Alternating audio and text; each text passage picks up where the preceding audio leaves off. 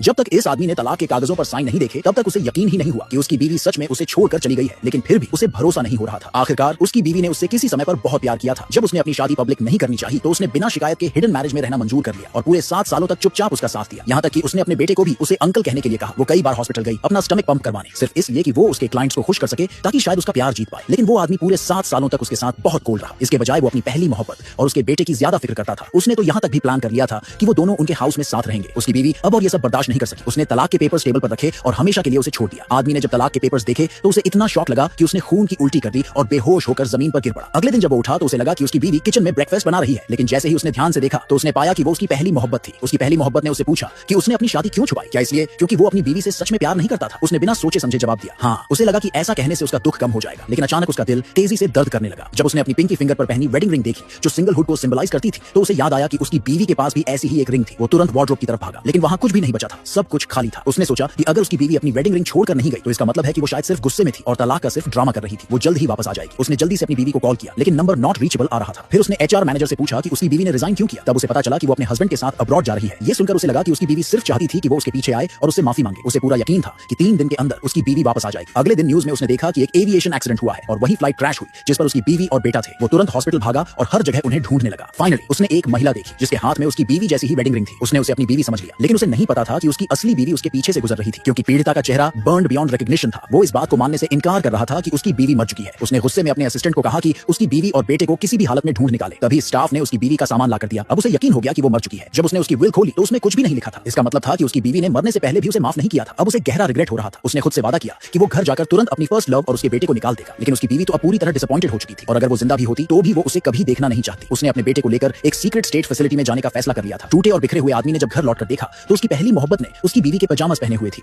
यहाँ तक कि उसकी बीवी की फोटो भी हटा दी गई थी और उसकी जगह उसकी पहली मोहब्बत की फोटो लगा दी गई थी। वो पागलों की तरह अपनी बीवी की बिलोंगिंग्स ढूंढने लगा। तभी उसकी पहली मोहब्बत के बेटे ने कहा कि उसने सब कुछ ट्रैश में फेंक दिया है। गुस्से में उसने जबरदस्ती अपनी पहली मोहब्बत को अपनी बीवी का सामान ढूंढने को कहा। जब उसे ट्रैश में एक कैमरा मिला तो उसने उसे खोला। उसमें उनके घर का सर्वेलेंस फुटेज था। इसमें हर साल उसकी बीवी और बेटे द्वारा उसके लिए तैयार किए गए बर्थडे गिफ्ट्स रिकॉर्ड थे, लेकिन साथ ही इसमें उसकी पहली मोहब्बत की असलियत भी सामने आ गई। अब उसे समझ आया कि उसकी पहली मोहब्बत कितनी चालाक और मैनिपुलेटिव थी। उसने अलग अलग तरीकों से उसे उसकी बीवी और बेटे के खिलाफ भड़काया था। उसे अब एहसास हुआ कि उसकी बीवी की मौत के लिए असल में कौन जिम्मेदार था। उसने गुस्से में अपनी पहली मोहब्बत को बाहर निकालने का फैसला कर लिया, लेकिन उसकी पहली मोहब्बत ने कहा कि गलती उसकी नहीं बल्कि उसी आदमी की है। अगर उसने अपनी बीवी से सच में प्यार किया होता तो वो अपनी शादी को कभी छुपाता ही नहीं और ना ही किसी और के प्यार में पड़ता। अब उसे अपनी गलती का एहसास हुआ, लेकिन बहुत देर हो चुकी थी। उसने अपने असिस्टेंट को कहा कि उसकी पहली मोहब्बत को कंपनी से फायर कर दे और उसे और उसके बेटे को अपने हाउस से बाहर निकाल दे। कुछ दिन बाद अचानक उसे अपने असिस्टेंट का कॉल आया। डीएनए टेस्ट की रिपोर्ट में पता चला कि हॉस्पिटल में जो विक्टिम थी वो उसकी बीवी नहीं थी। इसका मतलब था कि उसकी बीवी अभी जिंदा थी। उसने तुरंत अपनी बीवी के सोशल मीडिया लोकेटर से उसकी लोकेशन निकाली और एक विदेशी देश के रेस्तरां पहुंचा और वहां उसने एक महिला को देखा जो बिल्कुल उसकी बीवी जैसी दिख रही थी।